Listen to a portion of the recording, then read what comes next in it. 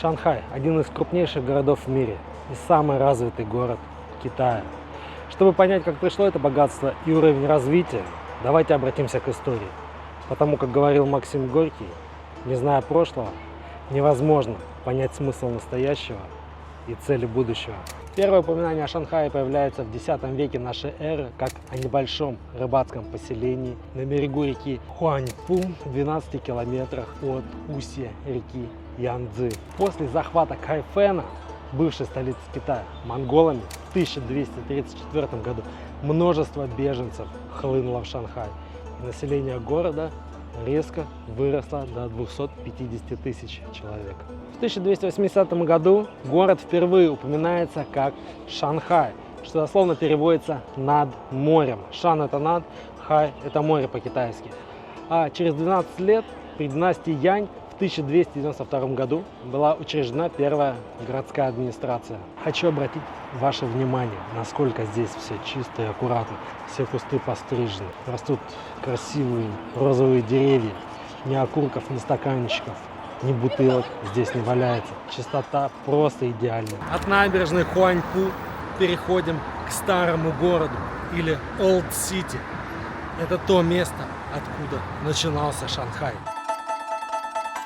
От контраста в Шанхае становится даже как-то не по себе. С одной стороны улицы, огромные современные небоскребы, а с другой стороны полуразрушенные старые здания. Но нам как раз сюда, как говорится, вглубь истории.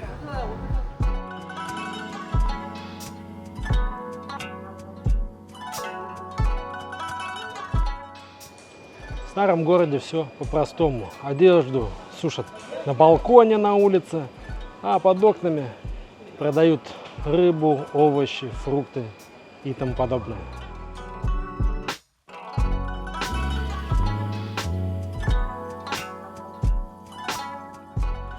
А по улицам здесь ездят в основном электромобили, электроскутеры и вот такие вот современные рикши. Поэтому здесь очень тихо, как в деревне. На улицах старого города стараются поддерживать такую же чистоту, как и в современных кварталах. Улицы подметены, газоны и кусты пострижены, стоят контейнеры для раздельного сбора мусора. Можно сказать, что сегодняшний Шанхай по чистоте не уступает таким европейским городам, как Цюрих или Берлин. В 1553 году для защиты от пиратов город был окружен крепостной стеной. Длина ее составляла 4,5 километра, а высота доходила до 8 метров. Все это происходило при правлении династии Мин. В самом центре старого города находится храм городского божества. Каждый из шанхайцев верит, что после смерти он попадет к своему небесному покровителю. А только что избранный мэр или управляющий городом в старые времена отправляется к своему небесному коллеге с подношениями. Билет в храм стоит 10 юаней. Я купил прямо на входе у контролера. Храм городского божества всегда был центром города. Возле него располагалась администрация, селились чиновники, проводились ярмарки и торжества по поводу местных праздников. Палочки с благовониями у китайцев служат для общения с духами. Вместе с дымом от палочки поднимается и ваша молитва. Палочки здесь дают бесплатно.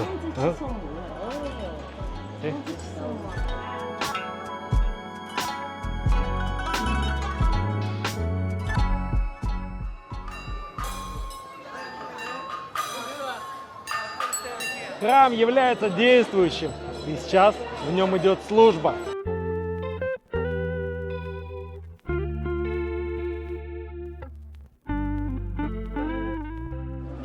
В прошлом в Шанхае было множество рек, которые выполняли транспортную функцию.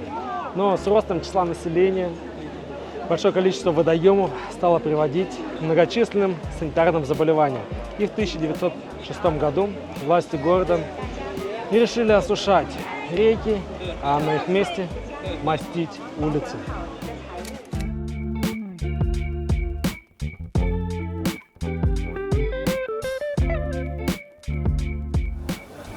одна из главных достопримечательностей Шанхая, которая находится в старом городе, сад Юэюэн. Билет можно приобрести на входе, стоит он 40 юаней.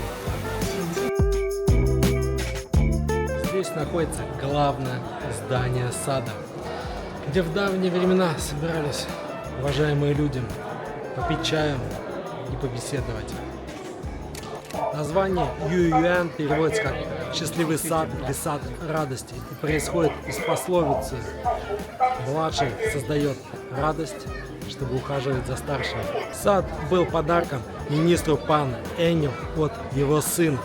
Молодой человек хотел, чтобы его родители, уже пожилые, проводили время на природе и любовались ее красотой. Но строительство такого масштаба требует колоссальных финансовых вложений. И любящему сыну пришлось потратить все свое состояние, чтобы закончить подарок для своих родителей. Кстати, очень поучительная история для нашей современной молодежи.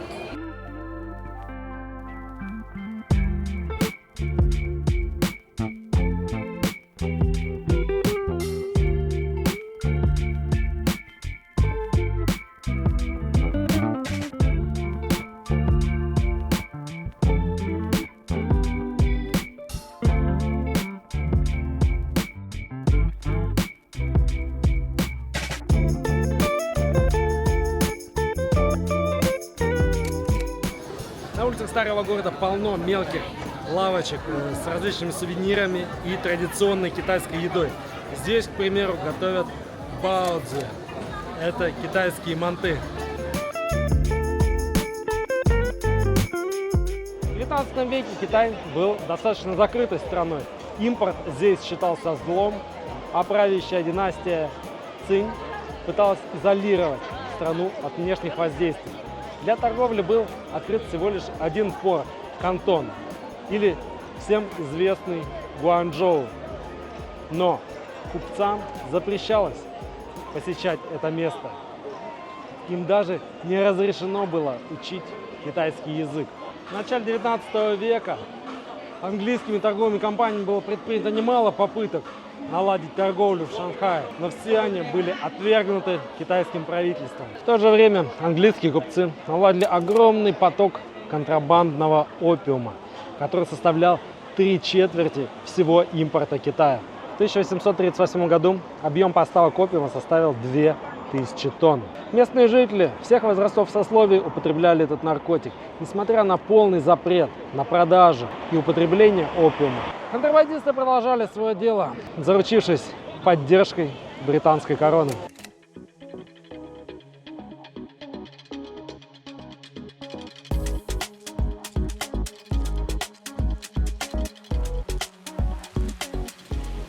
Английские купцы продолжали нагло игнорировать законы Китая и продолжали контрабанду опиума.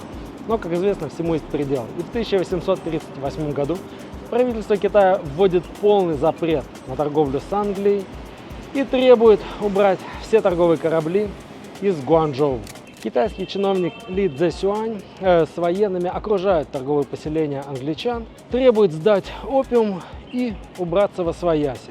Опиум уничтожен, английские купцы уехали домой, вроде бы все хорошо. Но в Лондоне сочли это неслыханной дерзостью, оскорблением и хорошим поводом для начала войны. Итак, в 1840 году, в апреле, Англия объявляет войну Китаю. Эта война закончилась поражением Китая, и в 1842 году был подписан Нанкинский мирный договор, по условиям которого Англия получила Гонконг, контрибуцию в размере 20 миллионов долларов, а также открытие Китая для торговли. Шанхай вошел в число 5 открытых портов, куда иностранные купцы могли приезжать, селиться и вести свой бизнес. Такая победа не могла пройти незамеченной. Так, в 1844 году Соединенные Штаты и Франция последовали примеру Англии и подписали мирный договор с Китаем, который обеспечил надежную защиту их граждан от китайских законов. С этого момента колонисты рекой хлынули в Китай. С того времени в Шанхае образовалось 3 района. Китайское поселение, французская концессия и международный район, где я, кстати, сейчас и нахожусь. Существовали эти районы совместно с вплоть до 1943 года. В каждом районе действовала своя администрация и свои законы, что способствовало развитию криминала. Чтобы избежать наказания, достаточно было из одного района перейти в другой. Шанхай стал приютом для беженцев. Сюда бежали евреи, спасаясь от еврейских погромов в России 1890 года. Сюда бежала русская аристократия после революции 1917 года. Также в Шанхае спасались евреи из нацистской Европы в 1930-х годах.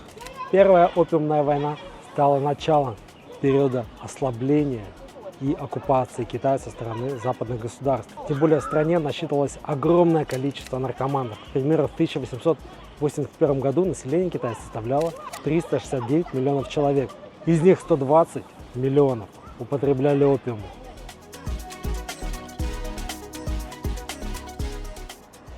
В начале апреля в Шанхае еще прохладно, так что под вечер я решил одеться. Посмотрите, насколько здесь красивые и ухоженные клумбы.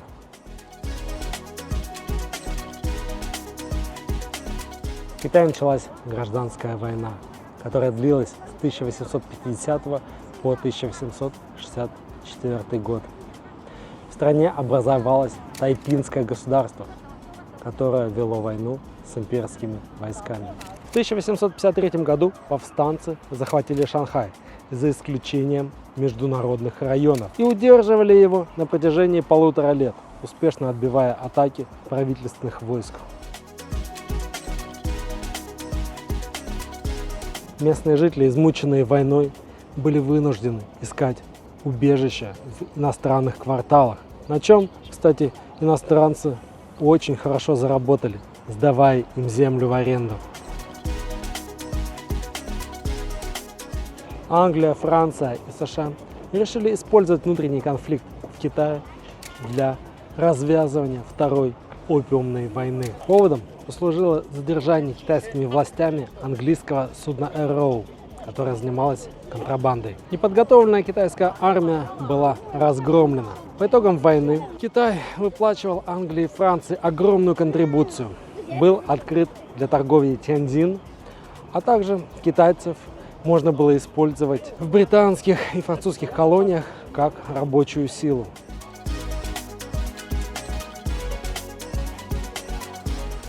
Синьхайская революция 1911 года свергла маньчжурскую династию Цин и была провозглашена Китайская Народная Республика. После революции все чаще стали быть слышны требования о возвращении руководства страной официальным властям. После переговоров с иностранной администрацией удалось договориться до следующего. Иностранцы прекращали осушать реки и мастить дороги. Для китайцев открываются городские парки. Китайцев допускают к управлению городом. С этого момента полноправное правление иностранцев в Шанхае закончилось.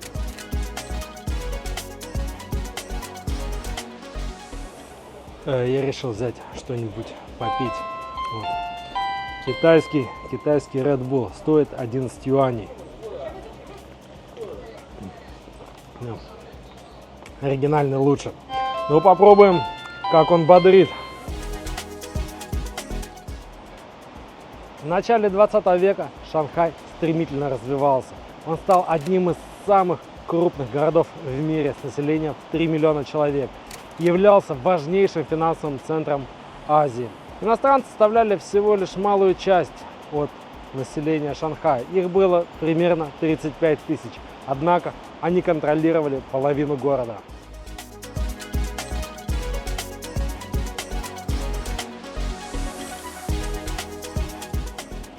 Город был поделен на западную часть, где селились иностранцы, и восточную часть, где ютилось местное население. Западная часть в 4 раза превосходила восточную по площади. И все мировые новинки моментально появлялись в западной части Шанхая.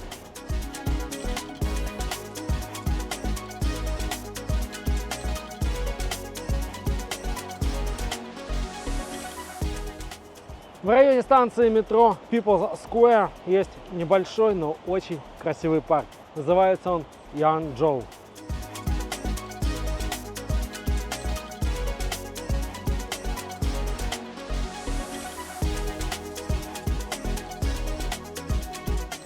Город застраивался в британском стиле, а центром общественной жизни являлся ипподром, который находился на месте сегодняшней People's Square, куда я сейчас и пришел.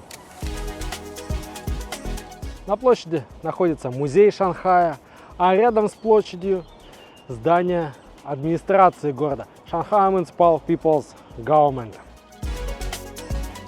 Вернемся в начало 20 века. Шанхай стал центром мировой торговли. Его называли Восточный Париж или Западный Нью-Йорк. В 1930 году он получил статус муниципалитета. В то же время в Шанхае процветали проституция, азартные игры и опиум. В городе преобладали британский и американский архитектурные стили. Именно в то время появились такие грандиозные сооружения, как Шанхай Клаб и Азия Билдинг. Экономика города росла и развивалась. Деньги рекой текли в Шанхай. Когда вы услышите о золотой эре Шанхая, это именно это время.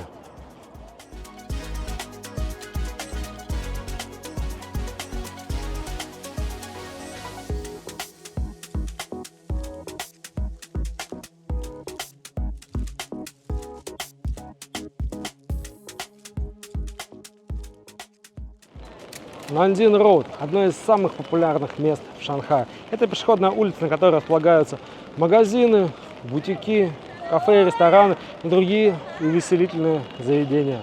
Сейчас мы по ней прогуляемся.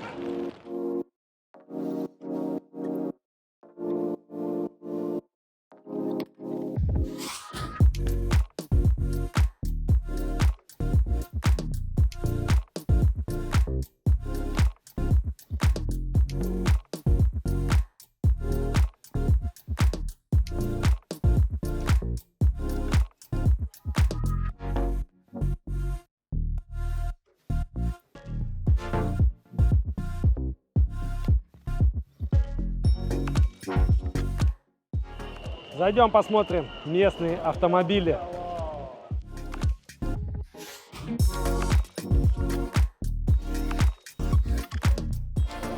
В салоне Huawei автомобили продаются рядом с мобильными телефонами. Раскладной Huawei, хит продаж в Китае.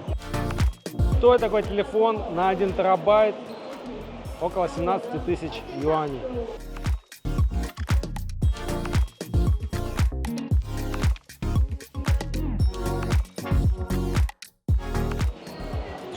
Вот такая машинка стоит 349 тысяч юаней, порядка 50 тысяч долларов. В Китае насчитывается более 80 автомобильных компаний, а рынок Китая производит и отправляет на экспорт более 3 миллионов автомобилей в год.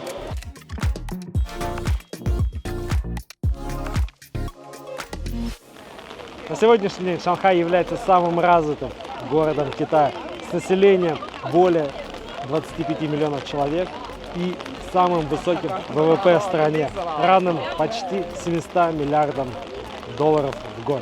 Шанхайская биржа третья в мире по стоимости продаваемой на ней компаний. Уступает она только Нью-Йорку и Лондону. Шанхайский порт самый загруженный в мире. Через него проходит 10% всего товарооборота Китая.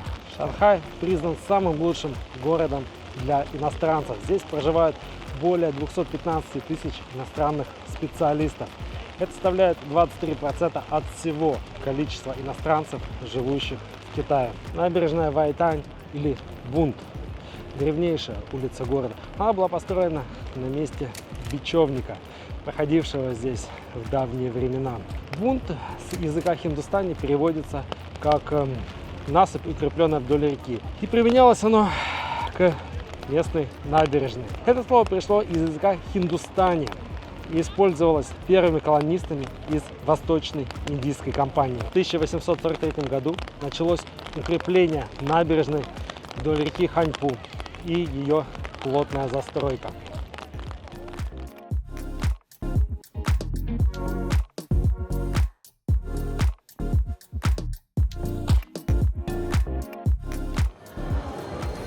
С набережной Баньтань на правую сторону реки Хуаньпу ведет подземный туннель. Стоимость прохода 50 юаней. Начинаем с музея. После музея отправляемся дальше, в подземелье. Хорошие новости. Мы пойдем не пешком, а поедем на специальной кабинке.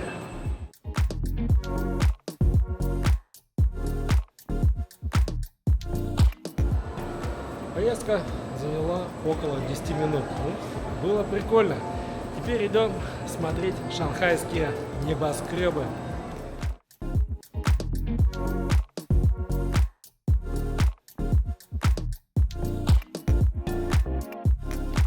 Пришло время подкрепиться. Я сейчас пойду в хороший ресторан в старой части города, точнее в старом городе Олд Сити.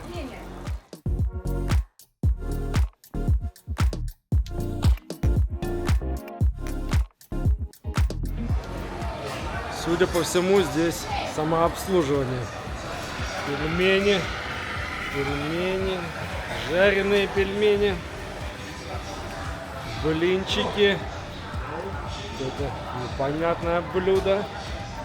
Это холодец из фруктов, сладости, роллы. Тут у нас крабы. Сейчас будем пробовать наше блюдо. Взяли рис, мидии, еще рис, мантхоу. Короче, сейчас попробуем. Сейчас покажу, как едят рис палочками. Берем рис. Блюда были необычные, но вкусные.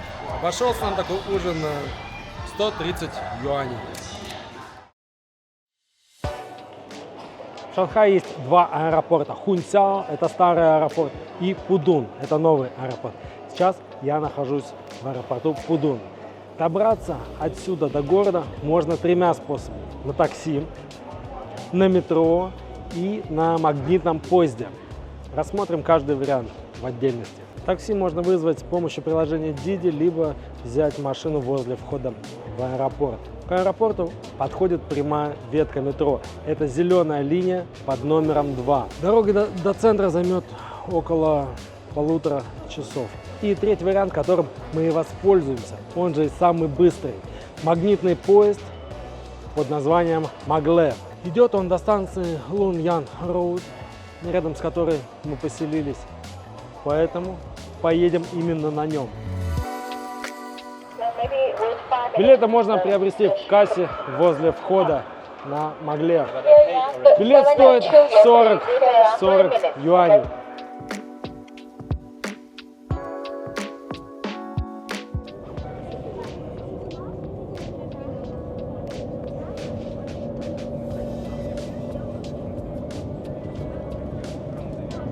Поезд идет со скоростью 300 км в час. В часы пик развивает скорость до 400 км.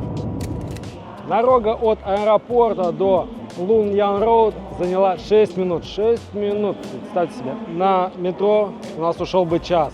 На такси около 40 минут.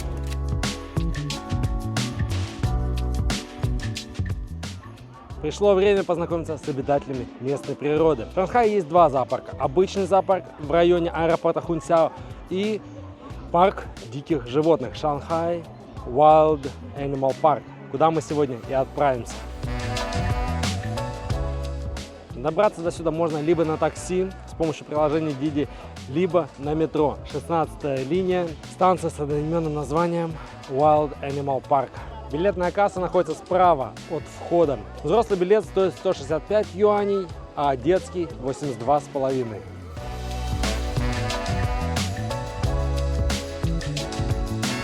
Ну что, отправляемся в путешествие в дикую природу Шанхая.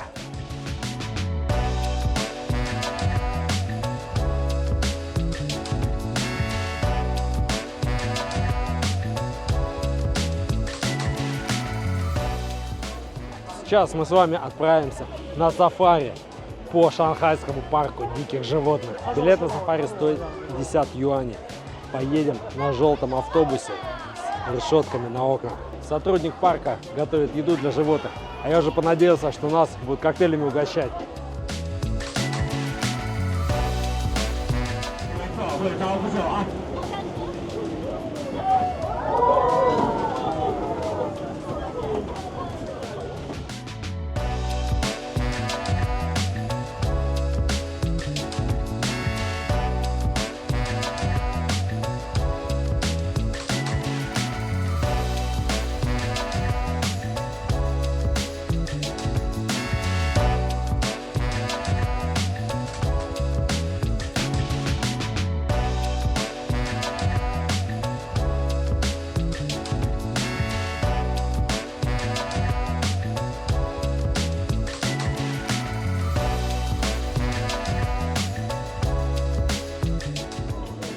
Китайские медведи с удовольствием едят морковку.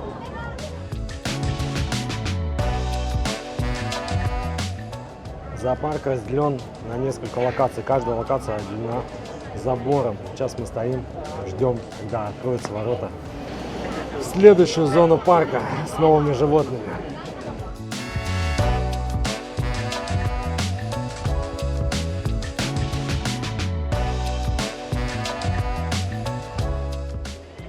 Поездка длится полчаса. Мы встретили много интересных экзотических животных, но, к сожалению, панду я там не увидел. Пойду сейчас ее искать.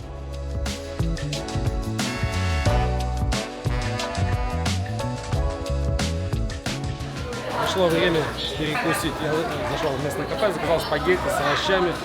Вышел мне такой обед в 62 юаня. Пообедали, теперь можно пойти прогуляться по парку.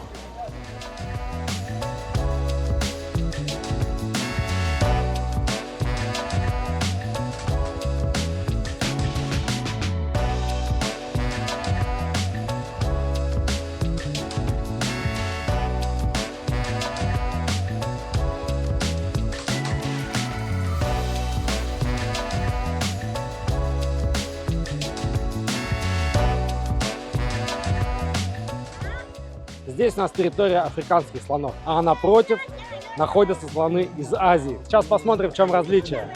За 30 юаней можно покормить слона. А теперь пойдем посмотрим на азиатских слонов.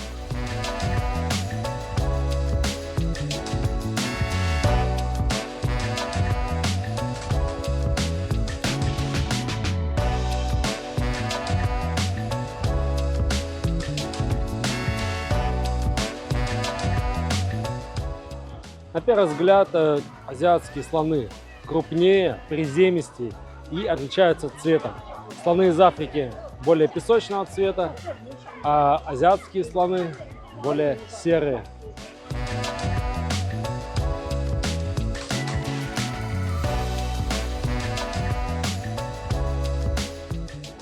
А здесь у нас в своем бассейне живут бегемоты.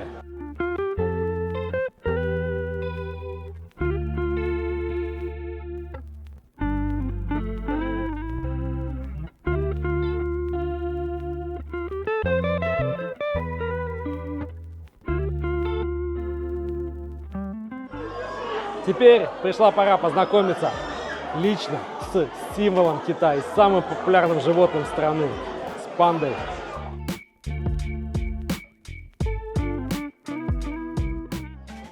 Панда – одно из самых милых животных на планете, а его окрас похож на символ инь и янь, поэтому китайцы его просто обожают.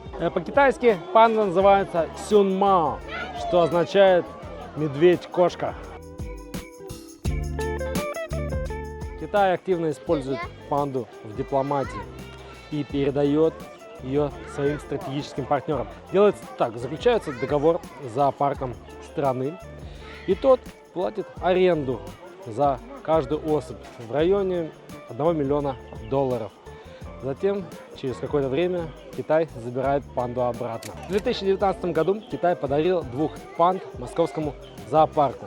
Бесплатно он это сделал или за деньги, неизвестно. Но с 1984 года панд китайцы дарят только внутри страны. За границу панда уезжает за $1 миллион.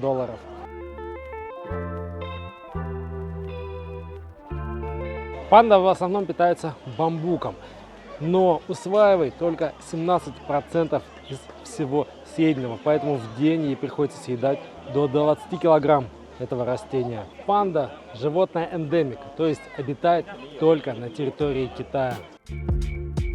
С пандой познакомились, программа минимум выполнена. Теперь пойдем погуляем, посмотрим, что еще интересного есть в шанхайском зоопарке. Кстати, попугаи сидят не привязанные. Интересно, почему они не улетают. А здесь у нас еще один яркий представитель Африки.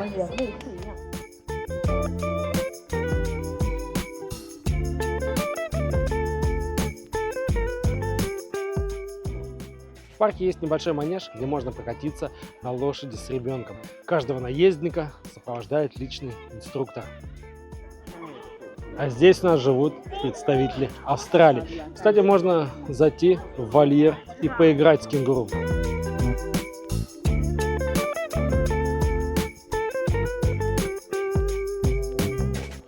В парке можно арендовать палатку и провести с семьей весь день на свежем воздухе.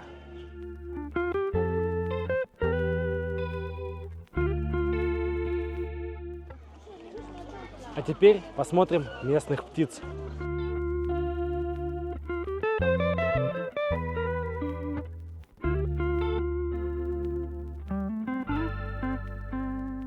А здесь у нас обитает розовый фламинго.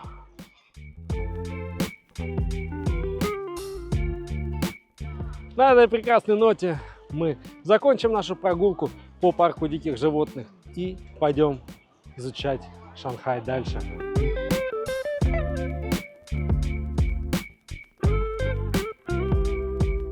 До метро поедем на местном рикше. Проезд стоит 10 юаней.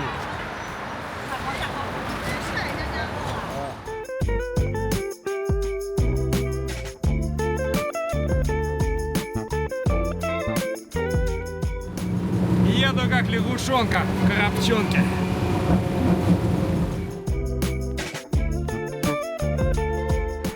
А сейчас мы поедем посмотреть еще одну очень важную достопримечательность Шанхая – французский квартал. Метро Шанхая состоит из 19 линий протяженностью 743 километра и насчитывает 457 станций. Каждый день в метро ездят более 8 миллионов человек. Билет можно купить в автомате, которые стоят на каждой станции. Для этого вам нужно выбрать станцию, куда вы едете, и автомат посчитает стоимость. Я лично рекомендую купить проездную карту, положить на нее деньги и каждый раз не покупать новый билет. Но если вам нужна разовая поездка, без проблем. Покупаете билет и едете на нужную вам станцию. Обратный билет не выкидывайте, он пригодится еще при выходе. Для безопасности на каждой станции метро стоят ограждения.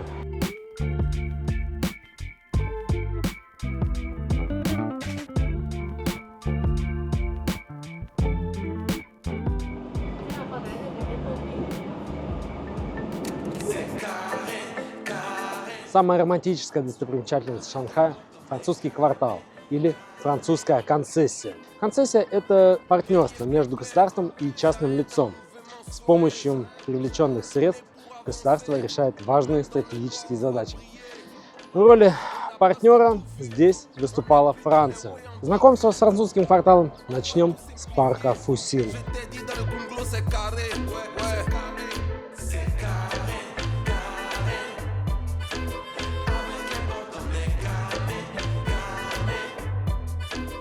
Эти деревья цвета хаки называются платаны.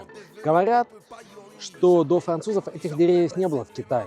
А когда французы начали заселять Шанхай, то они высаживали деревья вдоль улиц рядом со своими домами. По вечерам местные жители любят приходить в парк и заниматься здесь спортом или танцами.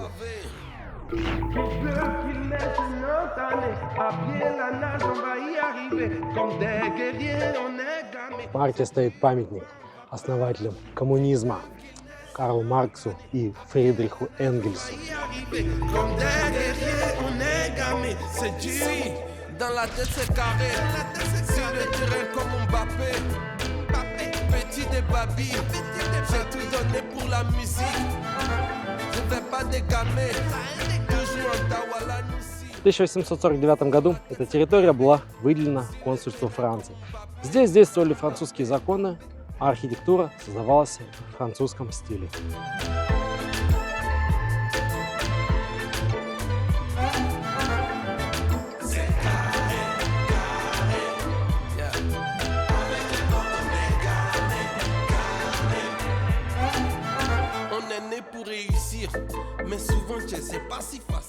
Французский квартал расположен рядом с бывшей британской территорией и раньше был отделен от нее стеной. Здесь есть православный храм, Свято-Николаевская церковь. Правда, сейчас здесь книжный магазин.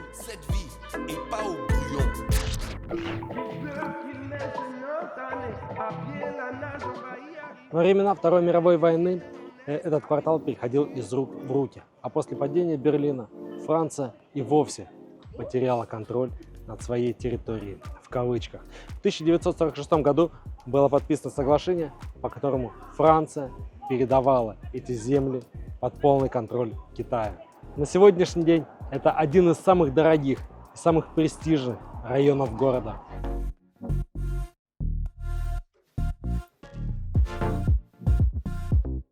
Здесь даже уличные продавцы фруктов выглядят элегантно.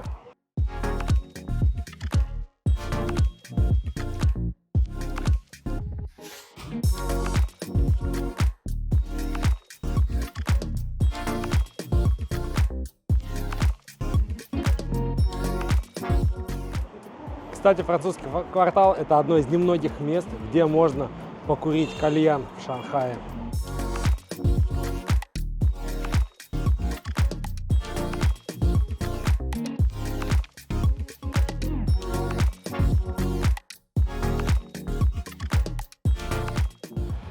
Уже вечер, а значит пришла пора заглянуть в местный бар. Кстати, он находится недалеко от французского квартала.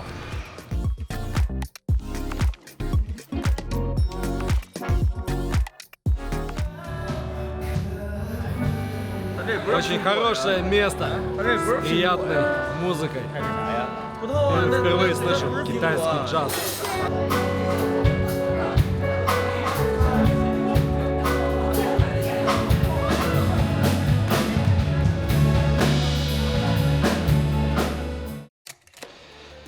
Наш номер достаточно простой.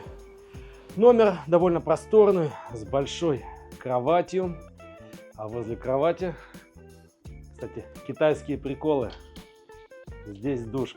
Раньше шторку не вешали, и можно было лежать на кровати, смотреть, как ваш партнер принимает душ. Для того хуже ходит в туалет. Вот, но, к счастью, китайцы додумались закрывать душевую шторкой. Отель имеет очень удобное расположение. Он находится в 1 километре от Шанхайского экспоцентра, где проходят международные выставки, куда я, собственно, и приехал. До ближайшей станции метро 2,5 километра. Можно доехать на такси за 20 юаней. До центра города на машине примерно полчаса. Стоимость такси выходит в 50-60 юаней. Обходится такой номер 480 юаней в сутки. Это достаточно хорошая цена, потому что в Европе или Эмиратах он будет стоить минимум в 2 раза дороже. Перед отелем есть небольшая набережная с беговыми дорожками, где можно пробежаться с утра и сделать зарядку, чем и занимаются многие жильцы отеля. В Шанхае очень удобно пользоваться такси. Машину можно поймать прямо на улице, но есть риск, что вас везут не туда. Второе, можно воспользоваться приложением Didi. Я им пользуюсь через платежную систему Alipay, но для этого нужно привязать любую международную карту к системе и оплачивать ей поездки. Вот наш такси. Нихао! Иногда, когда едете через приложение, таксист может спросить последние цифры вашего телефонного номера, который привязан к системе.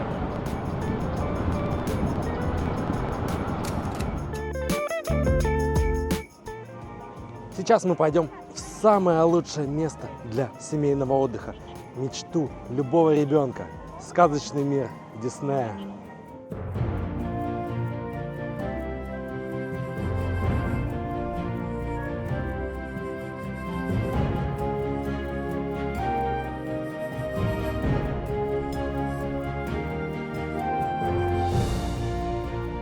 В парк пускают по паспорту. Показывайте свой документ и погружайтесь в мир Диснея. Если надумаете снимать в парке, ни в коем случае не берите с собой штатив для камеры.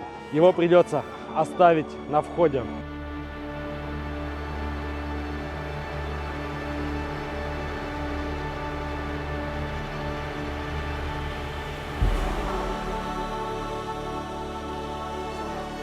Итак, друзья, мы в Диснейленде, в одном из 6 тематических парков серии Уолта Диснея.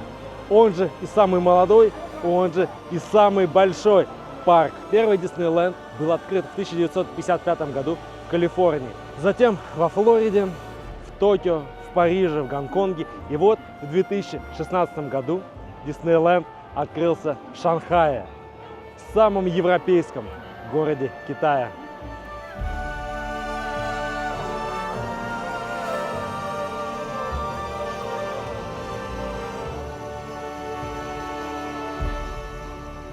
Посмотрите, какой великолепный замок спящей красавицы. Посмотрите под ноги. Здесь лежит не просто асфальт, а настоящая гранитная плитка из средневековых замков. Это придает особый колорит и подчеркивает атмосферу сказки. Ну что, заглянем в замок?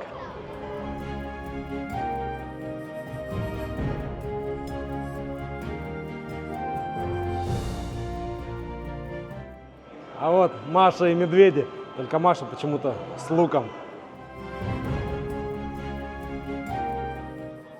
Даже фонарные столбы здесь выполнены в особом стиле.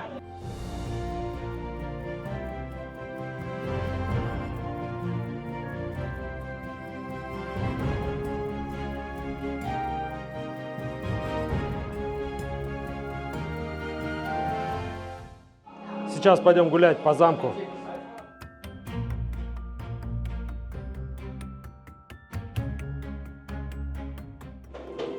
Посмотрели интерактивную презентацию, теперь двигаемся наверх. 找到真爱之吻。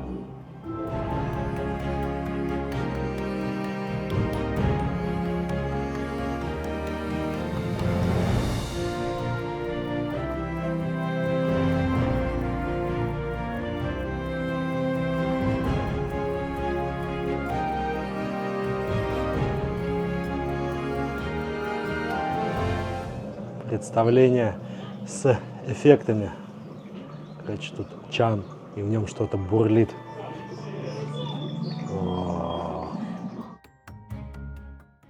Для детей замок – это очень прикольное место. А я пойду поищу более взрослые развлечения.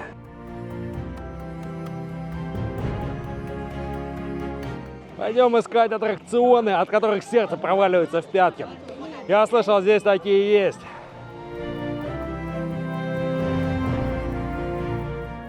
Ну, пока взрослые развлечения не нашел, посетим еще один прикольный аттракцион – полет Питера Пэна.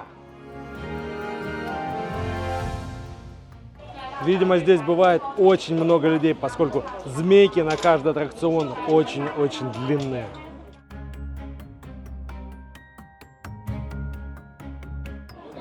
Время 12, и у нас начались первые пробки.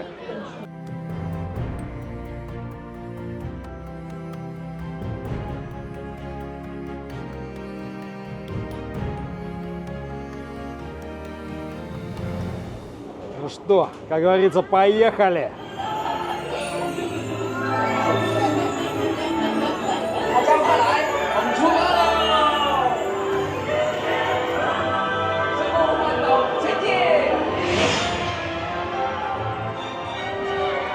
Ну что могу сказать, очень-очень круто, даже мне понравилось, а ребенок будет просто в восторге. А здесь у нас фотосессия с Золушкой или какой-то другой принцессой. Идем дальше искать развлечения.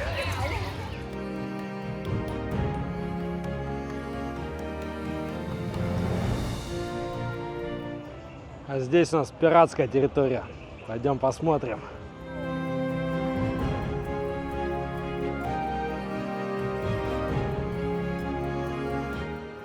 Ну что, заглянем в гости к карибским пиратам.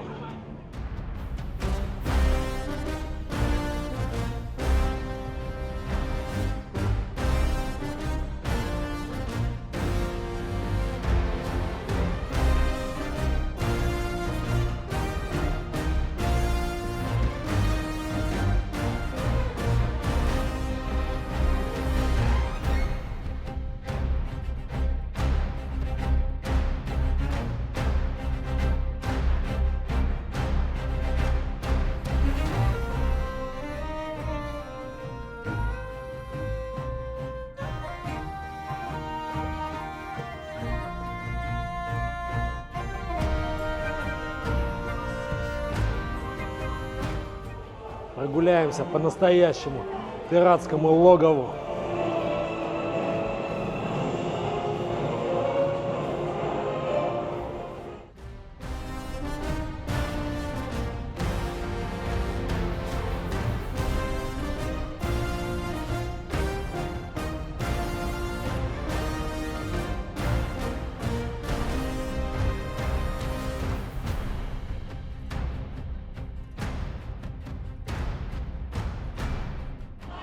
А теперь пришло время настоящего пиратского приключения.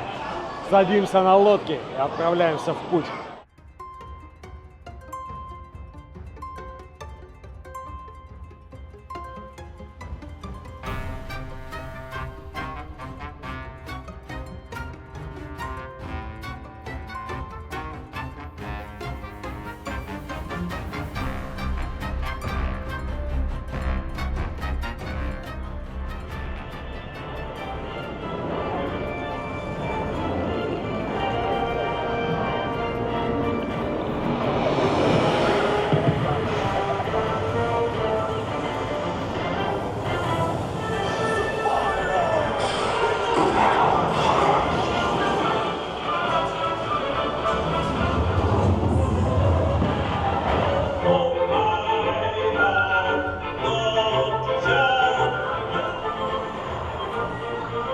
Одним словом, это было круто. У взрослых дух захватывает, а дети вообще в восторге. При выходе из аттракциона, как всегда, сувенирный магазин. Здесь продаются разные уши, сабли и тому подобное. Сабля, кстати, стоит здесь 55 юаней. Идем гулять дальше.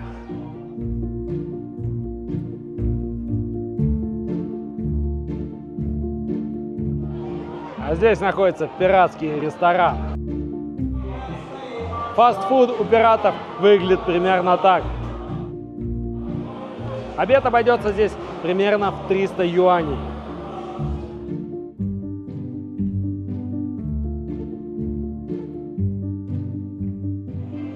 Помимо ресторанов есть и небольшие ларьки с едой. Заведение можно судить по его уборной. Туалет в Диснейленде просто на высшем уровне, все чисто, аккуратно, лежит ковровая дорожка, так что ставлю 5.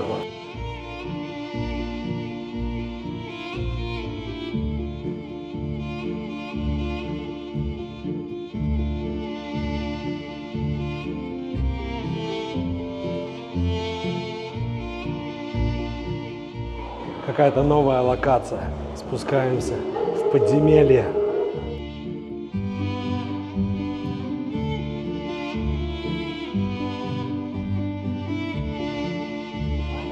Отправляемся в полет.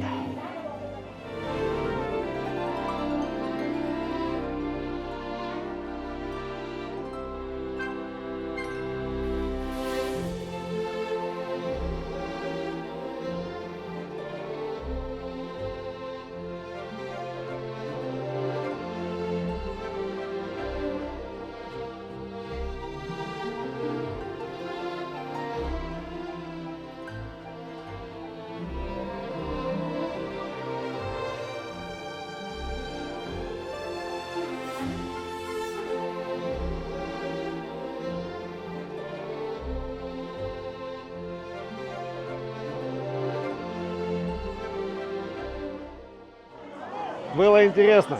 Посетили многие мировые достопримечательности.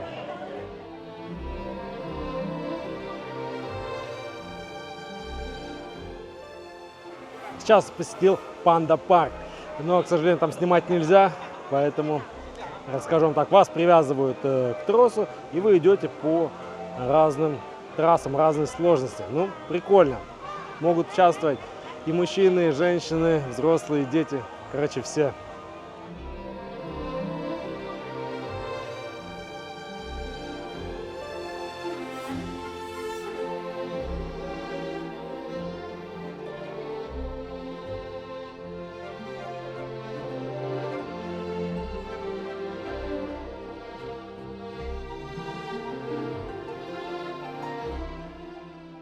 Из фастфуда здесь самая популярная нога индейки. Настоящая пиратская еда. Стоит такая лапа 85 юаней.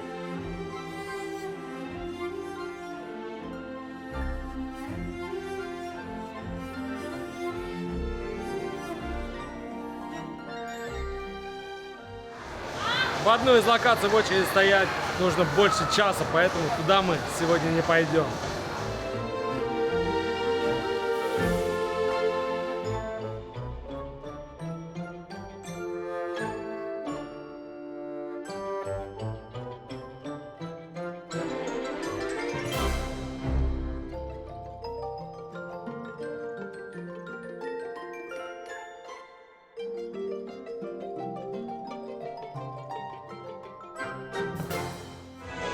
Вот такой карнавал проходит по парку несколько раз в день. Ну что, переходим к аттракционам. Вот наш первый.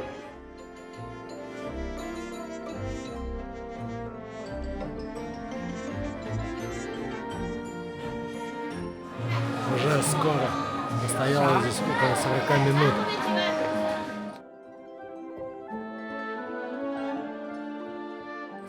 Фух, на гонке снимать нельзя, поэтому поделюсь так впечатлением. Было круто, хоть и недолго, может быть минута-полторы, но супер.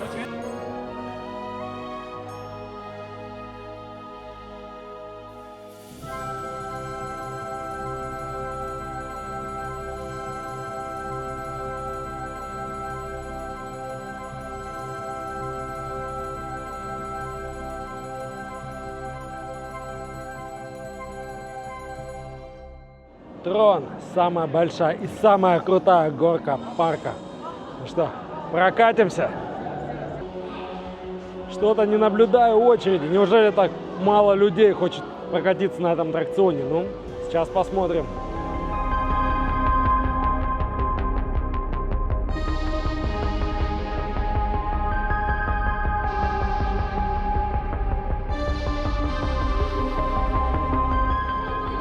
Идем на посадку в наш космический корабль.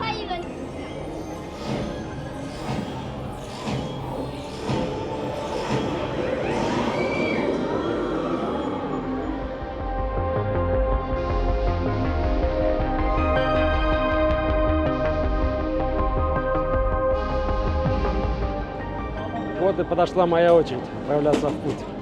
Погнали! Это было недолго, но очень круто. Рекомендую. Будете в Диснейленде, обязательно прокатитесь на троне.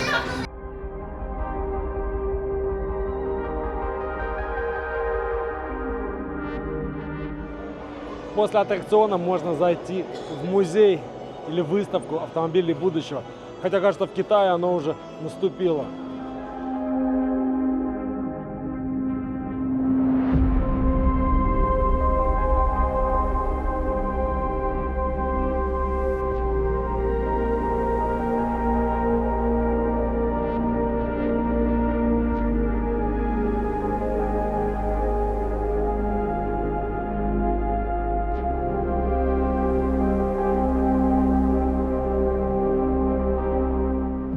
Пора немного отдохнуть. Взял попкорн, взял воды. Вышло все это мне в 50 юаней.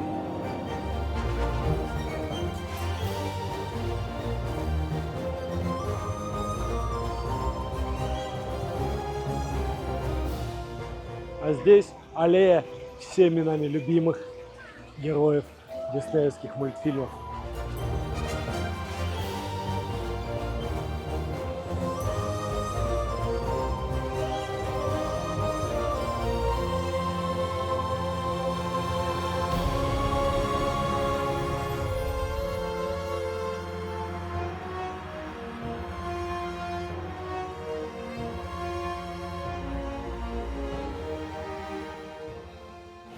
Для следующего приключения нам понадобится дождевик, поскольку мы отправляемся в круиз по местному водоему. Купить дождевик можно на входе, цена 10 юаней. Все равно потом выкидывать, так что не жалко.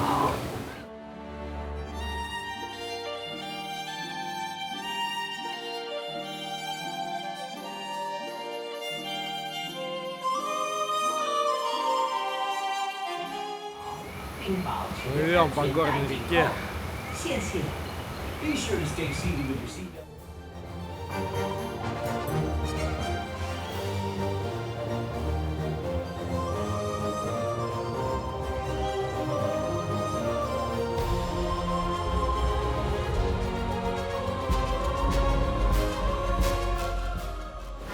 Сейчас полетим. Поехали!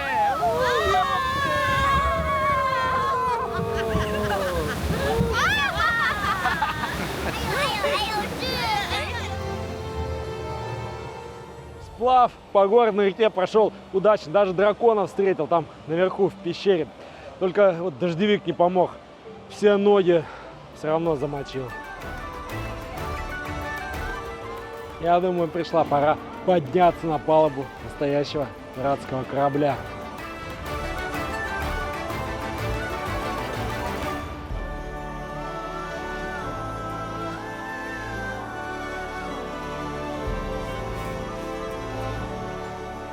Изучим нижнюю палубу.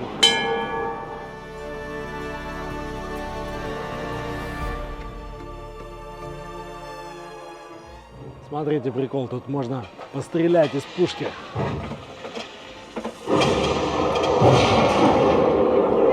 А здесь пираты хранили награбленное.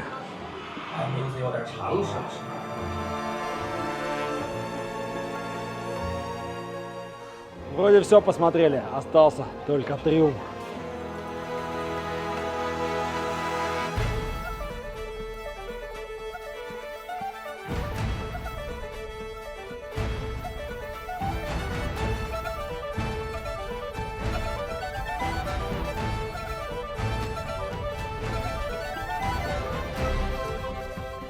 Ну, прикольный корабль. Ладно, двигаемся дальше.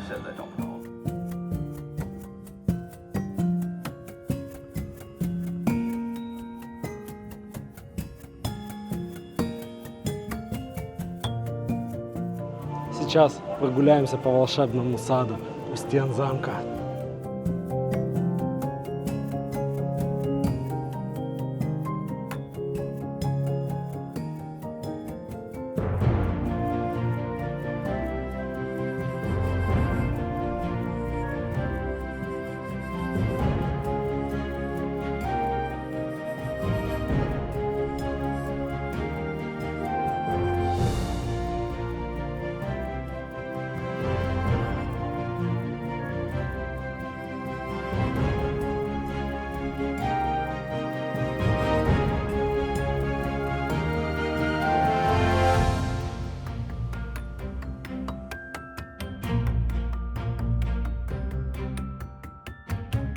Посмотрим, какие подарки предлагает нам Диснейленд. Такая большая утка стоит 199 юаней.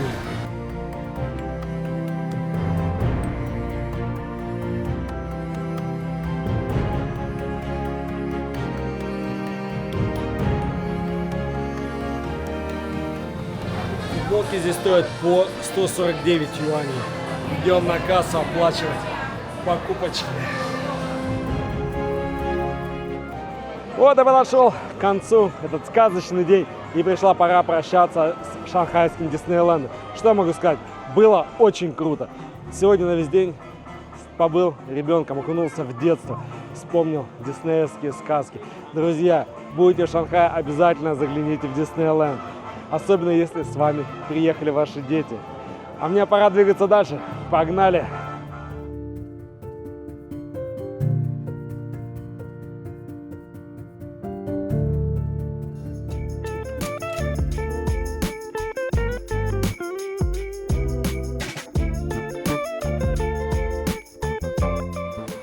Скажу несколько слов о китайском автопроме. Последние годы все чаще и чаще на улицах Китая появляются автомобили собственного производства с электродвигателем. Но также осталось еще много немцев и японцев с бензиновыми двигателями. Но жить им осталось недолго. Китайские автомобили теснят их не по дням, а по часам. Но самый популярный автомобиль в Шанхае, да и во всем Китае, это Тесла. По словам китайцев, они покупают Теслу не потому, что это самый лучший автомобиль, а потому, что это самый модный автомобиль, как BMW в 90-е. Автомобили с синими номерами – это обычные машины с бензиновым двигателем. Автомобили с зелеными номерами – это электродвигатель.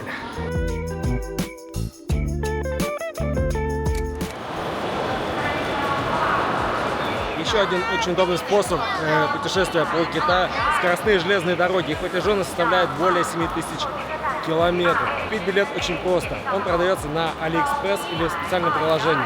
Покупаете его, вводите паспортные данные, затем приходите с паспортом на вокзал и отправляетесь в нужный вам город. К примеру, я сейчас еду из Шанхая в Пекин.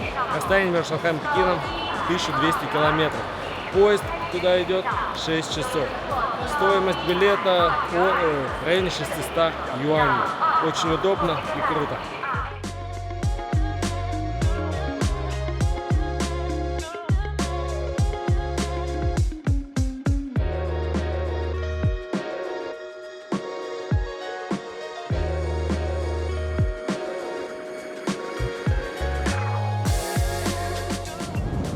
Шанхай – это удивительный город.